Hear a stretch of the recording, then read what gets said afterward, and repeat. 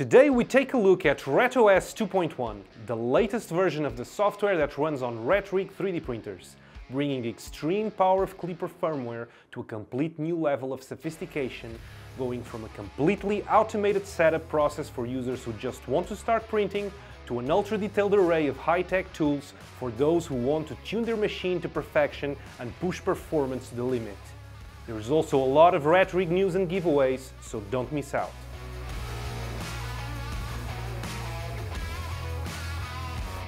What a month this has been!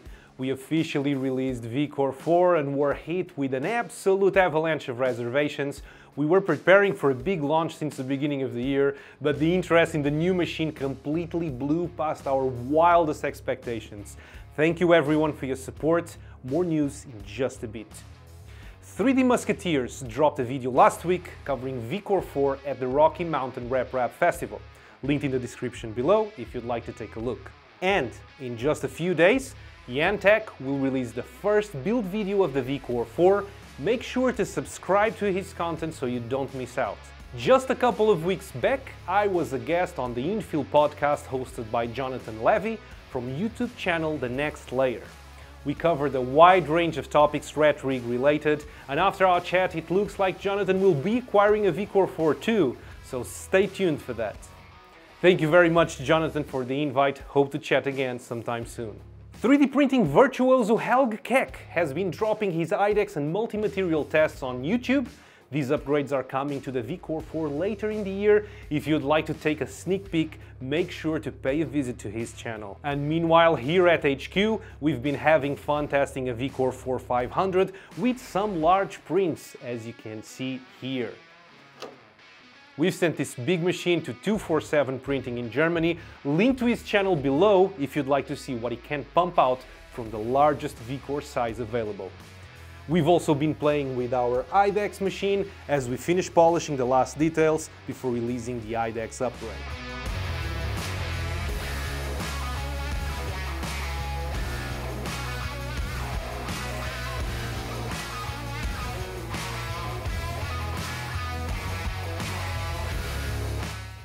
In the last episode we gave you a detailed walkthrough of the vCore 4 hardware. Today we're going to cover software. RatRig 3D printers can run on whatever you want. That's the beauty of our open platform. But if you ask us, the most powerful firmware out there these days is Clipper. So that's what we want in our machines. While Clipper is the favorite choice of advanced users, the truth is it can be very daunting for beginners with no experience with coding. Worry not. That's where RatOS comes in. RatOS drops over 16,000 lines of code on top of Clipper to both automate and give a graphic user interface to all kinds of features and functionality, so you don't have to worry about a thing. It's truly a marvel to behold, and who is better to tell us all about it than the creator himself, Mikkel Schmidt. Let's welcome him to the show. How are you, man? How are you doing? I'm great, thank you. How are you doing? I'm great, so good to have you here in the show, and we're going to talk about the latest release of RatOS, aren't we? Yes, we are. Thank you for having me. Okay, so RatOS 2.1, tell me everything about it, Mikkel. Right, so RatOS 2.1 is like the successor to RatOS 2.0, but it should really have been 3.0 because there's so many new features, and the entire configurator has been expanded a lot. So everything, all your configuration is done through a web interface. You just pick from drop downs and set up your stuff by clicking and typing, basically. There's no more need to know any Clipper configuration shenanigans. It's just simple web interface, and it generates the entire configuration for you. So it should be a lot simpler to use now, a lot quicker to set up, and as usual, if you're just buying a default kit, it should basically just be a few clicks and you're done. Everything would be set up. One of the big ones from RatOS 2.0 was that people had a hard time understanding what actually happened in their configs, because there was a lot of includes basically just a file name. You couldn't see what it actually did.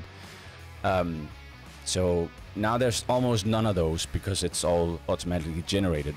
So you have the entire Clipper config like you're used to from seeing like, I don't know, a Voron or a like a Creality printer. I think they do it similarly. That you get a huge configuration file with all the Clipper config sections. That's basically what you get now too from RatOS. And there's no magic pin aliases anymore. It's called, like, if it's PA1 on your pinout diagram for your control board, for example, that's what it'll say in the actual pin assignment in the configuration. So it's a lot easier to follow now. Okay, instead of referencing other pieces of code, everything is like like merged into one big file instead. That is maintained for you, so you don't have to change anything, but you can see and understand what's going on for the most part. I heard there's also a real-time resonance tool. Can you tell me a bit more about that? Oh yeah, so I wrote a web application in RatOS that in real time takes in a signal from your ADXL or your accelerometer on your machine and graphs it and makes a power spectral density analysis of the signal in real time. And not only that, you can use it to, you can set up your own macros to record different moves and compare the power spectrum between those moves. So basically what you used to have in like the macros, you used to have something like compare CoreXY build tension, or like generate shaper graphs and all these things. You will get like a static image with a graph in it. Now it's like interactive and it's real time, so you can even make it oscillate. So you can tell the printer to like oscillate at 50 Hertz on the A-axis. That would be in CoreXY, the diagonal move. And then you can see the resonance of the machine in real time at that whatever frequency you're oscillating at, and you can go touch it, and you can see what happens when you touch different parts of the frame. It's pretty cool. This will essentially help you maybe what's rattling, what's not perfectly tied down, that type of thing. Yeah. Okay. So literally you can be touching the machine, seeing it react to changes and understand what's wrong. Yep, that's the idea. Yeah. You can basically you can even use it on your phone, so you could use it like a Star Trek tricorder thing, if that's something you're into. Okay. Okay. So yeah, like you can imagine, you can go around like this, and you can see the graphs, and then you can touch a thing, and then the graph will change, so you can see what impacts that pesky peak that you can't necessarily locate otherwise. So yeah, it's pretty cool. Nice, nice, nice. You finished your printer. You've wired all your hardware. Then you download an image that you put onto an SD card, that you put into the Raspberry Pi, and when you power it on, it'll automatically start what's called a access point or a hotspot. So that'll show up as a Wi-Fi access point on your phone, and you can join that, and then you can enter in ratos.local in your browser. So there'll be a guide that tells you what to do exactly from there. It'll start by making you configure the Wi-Fi access. So you probably want your printer on your own network, so you don't have to connect to it every time you need to print something. So you can tell it to join your personal Wi-Fi setup, or you can of course plug it in with a cable if that's what you want instead. So that's step number one. That'll basically make the printer join your network, and then it's just about configuring the hardware, and that's it starts with picking a printer.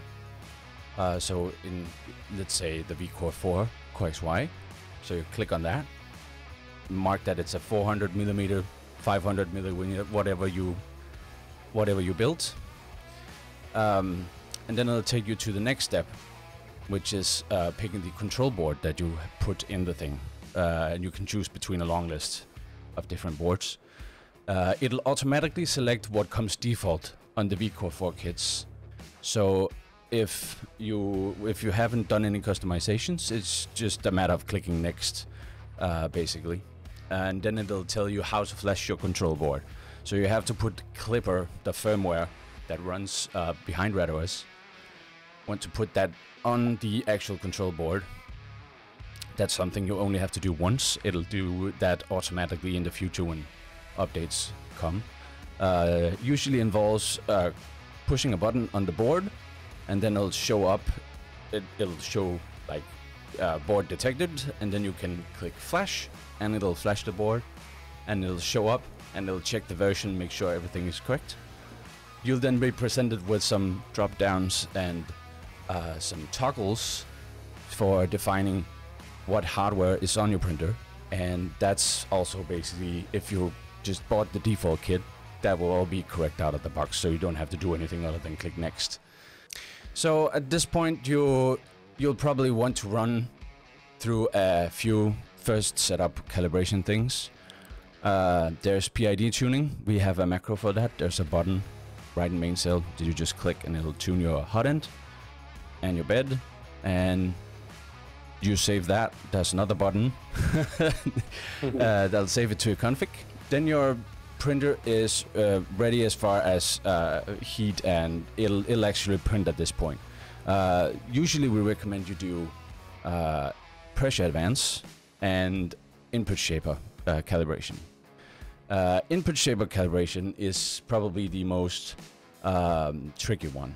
You can start really basic and just calibrate the best thing you know how to do for this printer, how it is right now, and just give me the settings and I'll save that. That works. You can get fairly decent prints out of that, but the best thing would be to run the CoreXY belt tension measurement graphs and ensure that your tension is equal. And afterwards, when you've done that, you can run the shaper graphs and you can check if all the curves are smooth and so on. And if that's the case, it'll recommend a shaper model and a frequency for you so that you can put into your config, and then you're pretty much ready to go. That's about it. Yeah. So basically, if you want to start printing, you're excited, you don't want to wait, you can actually press next, next, next, next, next. All of the calibrations will have some sort of default value, even for input shaper, even for pressure advance. It's only if you start seeing some small artifacts that you will need probably to want to dive a bit deeper and try to understand exactly what's going on. And in that case, if you have any type of issues with resonance on your input shaper graphs, you're going to be able to use the resonance analysis tool that works in real time and allows you to understand, okay, maybe my assembly has some problems here, maybe this is not completely as tied down as it should be, or maybe not as square, or maybe not as the tension on the belt is not perfectly equalized, and the software will guide you through the process to try to understand and hone down exactly on what's the source of the problem, so that you correct it, yeah? Right, yeah, exactly. So basically it'll take it. It goes all the way from click, click, click, click, click, print to like deep scientific analysis of resonance profiles of the entire machine. So yeah, awesome. It does a bit of everything now. Awesome. Yeah. And what about Z calibration? What do we need to do? Z calibration, if you have a beacon, is largely automated, so you won't have to do anything as far as Z offset goes. You may have to baby step a little bit the first time you run it, but most of the time it should just figure it all out by itself by contacting the bed service. We have implemented like a custom sequence to do it at the right time, so that should just all be automatic. So let's say that I've just finished setting up the standard machine and I want to convert to hybrid. What do I need to do? In terms of configuration, it's just a matter of going into the configurator again and picking a different machine basically, and then it'll update your config for you. It won't change anything in your printer CFG. It can if you want to, but it'll just make, there's like a separate file where all of your machine details lives. So that's all handled automatically. It's just a click of a button basically, and then you can start tuning the belts, which is a bit different for hybrid setup compared to CoreXY that people may be used to. So normally in CoreXY you have like a belt tension equalization procedure where you measure the resonance of both belts by moving the tool head in diagonal axes, so you isolate each motor. So in hybrid mode, you have 2 additional Cartesian Y motors running the X gantry. And to equalize those 2, you can do pretty much the same thing. So you only measure the Y movements, and then it's about equalizing the peaks there as well. You can go as deep as you want, basically. Basically what we do is we provide you with, like, there's a button with a macro, and it runs through these motions, and it gives you a picture. And we say, there's a blue and a yellow line. You want those 2 to match. And basically you want to get rid of as much noise as possible. That's usually always mechanical. So that's really what you do. And then you just adjust your tension until the peaks align. Awesome, awesome stuff. Wow, that's quite a release, Mikkel. That was really great work that you've been putting on this release. Thank you very much for your time explaining it to us. We're hearing it straight from the man, the myth, the legend himself. Thank you very much for your time here, and hope to see you on RatRig TV soon. Thank you so much. And if I can just end this with giving a huge shout out to Helge, first of all. That guy has just been absolutely instrumental to making sure 2.1 is what it is today, and I couldn't have done it without him. He's amazing. So much amazing work have been done. So many little details that you guys will never notice, but that other printers just don't have. So a huge thank you to Helge, and a huge thank you to the community for always pushing for new things, and a huge thank you to Marcio for adding a ton of new boards this time, doing all the wiring diagrams, and it's been the support has been amazing, and I just wanted to call that out while I had the opportunity. So yeah, thank you for having me. Of course. Thank you, Mikkel. Cheers. RatOS 2.1 just came out. Make sure to check it out, linked below. 2.1 also comes with a ton of super smart and convenient features for IDEX, which we'll cover on a future episode. We're also coming out with profile presets for the most popular slicers out there, so setting up a VCore 4 is as straightforward as possible. Let's now move on to product updates. On the VCore 4 front, early bird orders have started shipping a couple of weeks ago, and we're requesting payments gradually about 2 weeks before our estimated shipping date. There's still quite a lot of early birds to go through, so please be patient. If you haven't received a payment request just yet, you will receive one very soon.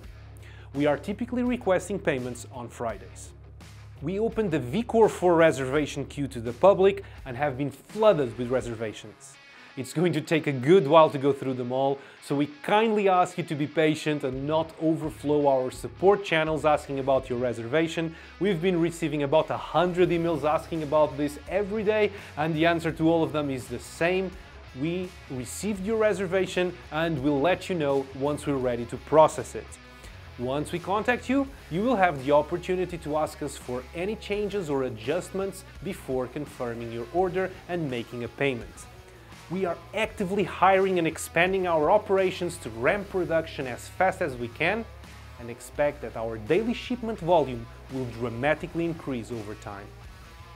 Remember that the estimated lead time on the reservation page applies to new reservations, not the ones that are already on the queue. Talking about the RatRig Mills, we're making great progress with alpha testing, and we'll update everyone who applied to beta test next week. For now, I can confirm that beta testers will benefit from a discounted price, and as a heads up, you should know that the first beta batch will only have 100 units, so make sure you stay tuned if you don't want to miss out on the chance to be one of the very first users of these machines. While we're at it, on episode 3 of RatRig TV, we promised we'd give away a mini-mill mechanical kit to one of the responders to our survey, so let's do that.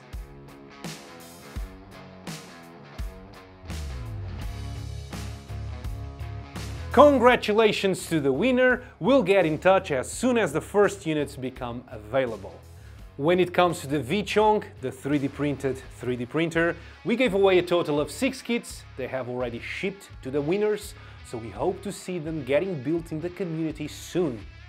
Do we have any self-sourcers watching us, trying to build one?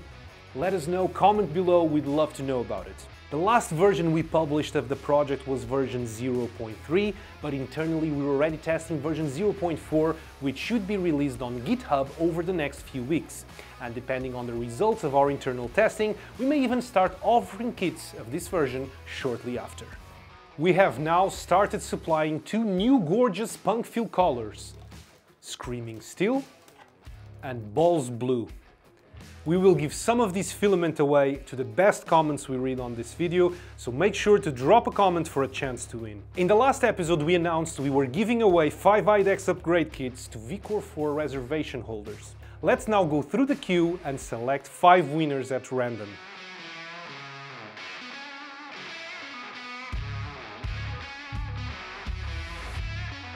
Congratulations to all the winners! Don't forget that you can only claim your prize once the upgrade kit is out and on the condition that you went ahead with the purchase of your VCore 4. And that's it for today. Exciting time at RatRig as we rally all the troops to a huge scale-up operation. We are hiring like crazy at the moment, so if you'd like to work with us, this is a great time to apply. Production hell is upon us, and it's definitely going to be a tough few months trying to match our output volume with the current crazy level of demand. Please bear with us. Your support means the world to our team, who is working as hard as they can to pump out VCores through the door. What would you like us to cover on the next episode? Leave your questions in the comment section below. We'll read all your comments. Until next time, my name is Sonat, and this has been RatRig TV.